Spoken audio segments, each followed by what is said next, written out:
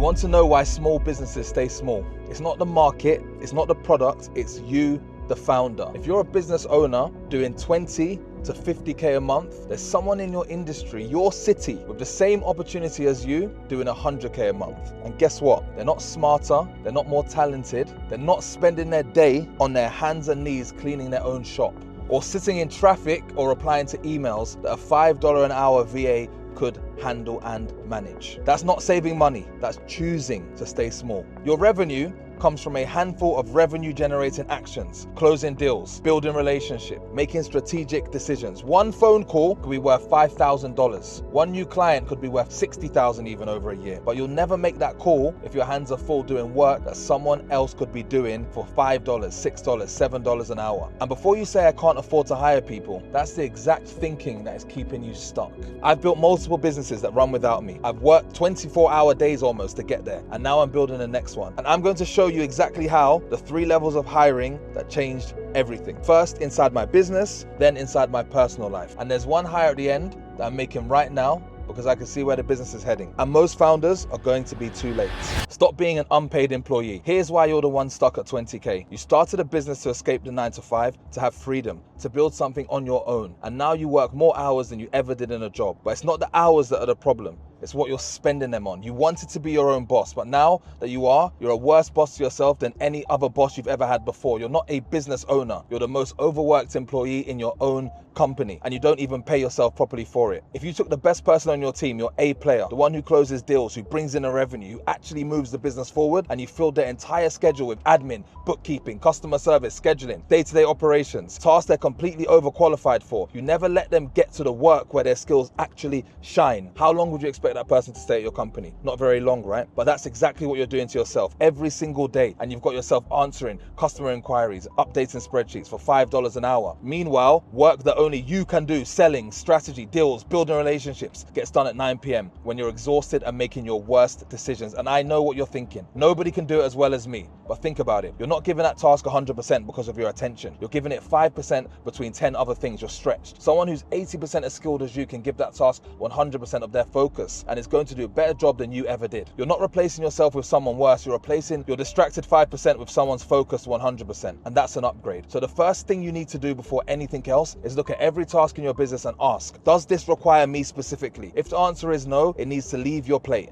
Hire a VA, hire a bookkeeper, hire a project manager to handle fulfillment. Whatever it is, get it off you. Now, most people stop here. They hire inside the business and they think they've solved the problem.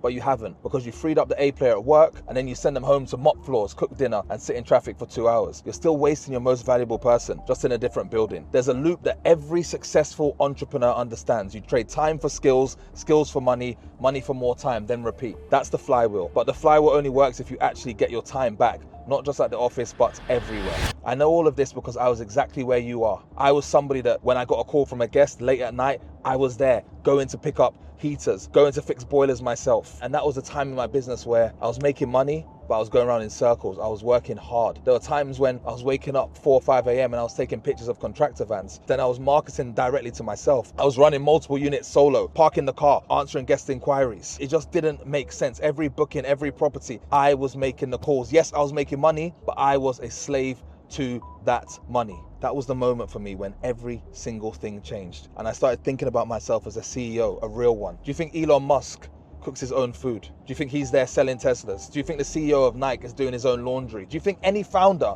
running a $1 billion corporation is sitting in traffic for 2 hours, holding a steering wheel, cleaning their kitchen, or doing their weekly food shop? Of course not. And nobody thinks that's lazy, because everybody understands their only job is to perform at the highest level, make the best decisions, move the business forward, move the needle forward. Everything else is handled, so when it's time to work, they're at 100%. If they're not working, they're recovering. If they're not recovering, they're preparing. Every hour of their day directly moves the business forward or protects their ability when it matters. There is nothing else. But here's the thing, they didn't start doing this when they hit $1 billion. They started doing this on the way up. That's part of how they got there. So I started asking myself the same question. Where am I losing energy? Where am I losing time? Where am I losing focus? Where is my brain going that isn't making me money? So I started spending money to get it all back. A cleaner costs $15 to $20 an hour. One extra deal, one extra client covers the cleaner for the entire year, maybe two. Second, food. Thinking about what to eat, shopping, preparing, cooking, cleaning up, 1 to 2 hours a day minimum, 10 to 14 hours a week. I hired somebody to handle all of that. My wife rarely cooks. I don't cook, it's done. And it's not just the time, it's the decision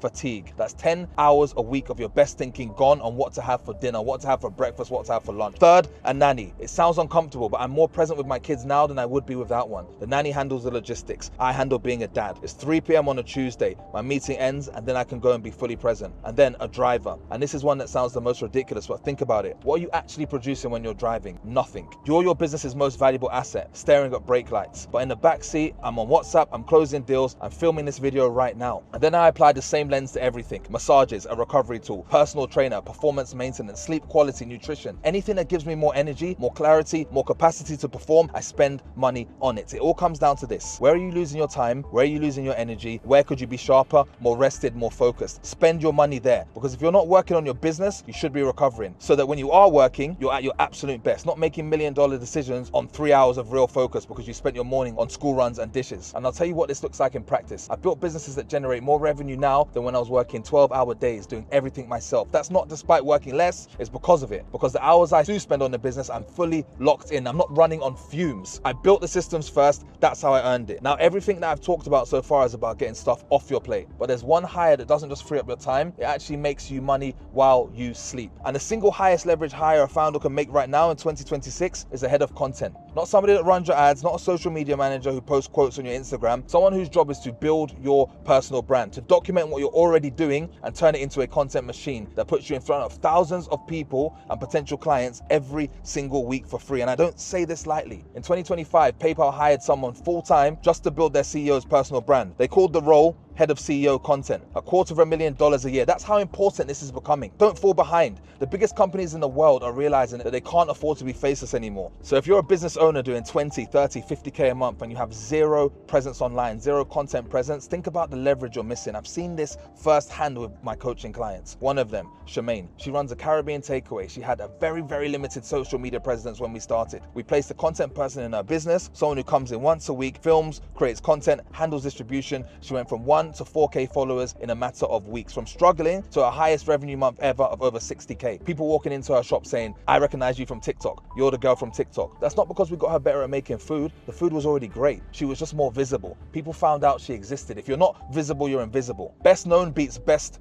product every single time. And that's with one person coming in once a week. Imagine what a dedicated head of content could do for your business. And you don't need to overthink this. Find someone with a phone and an eye for content, pay them to come to your business 1 day a week, have them film what you're already doing. The work, the clients, the results, the behind the scenes, that is the starting point. And you can build from there. Every CEO is going to have a head of content within the next few years. The question is whether you hire one now while it's still competitive advantage, or later when it's just the bare minimum to compete. Now, everything I've just told you, the hires, the outsourcing, the head of content, none of it matters if you do not answer one question. Are you an employee of your own business, or are you the owner? Because if you're the one doing all the work inside the business and at home, you didn't escape the 9 to 5.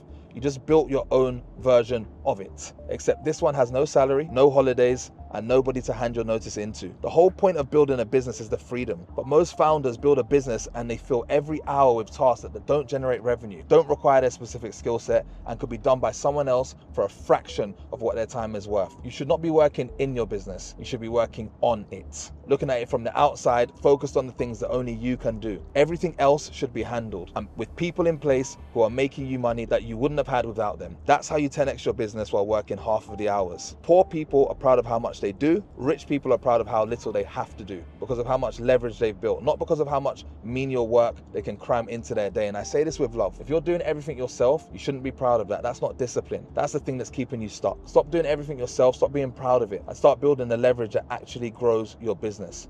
That's how small businesses stop being small. If this changed how you think about even 1 hour of your day, like, comment, subscribe. There's a lot more coming, and I'll see you in the next one.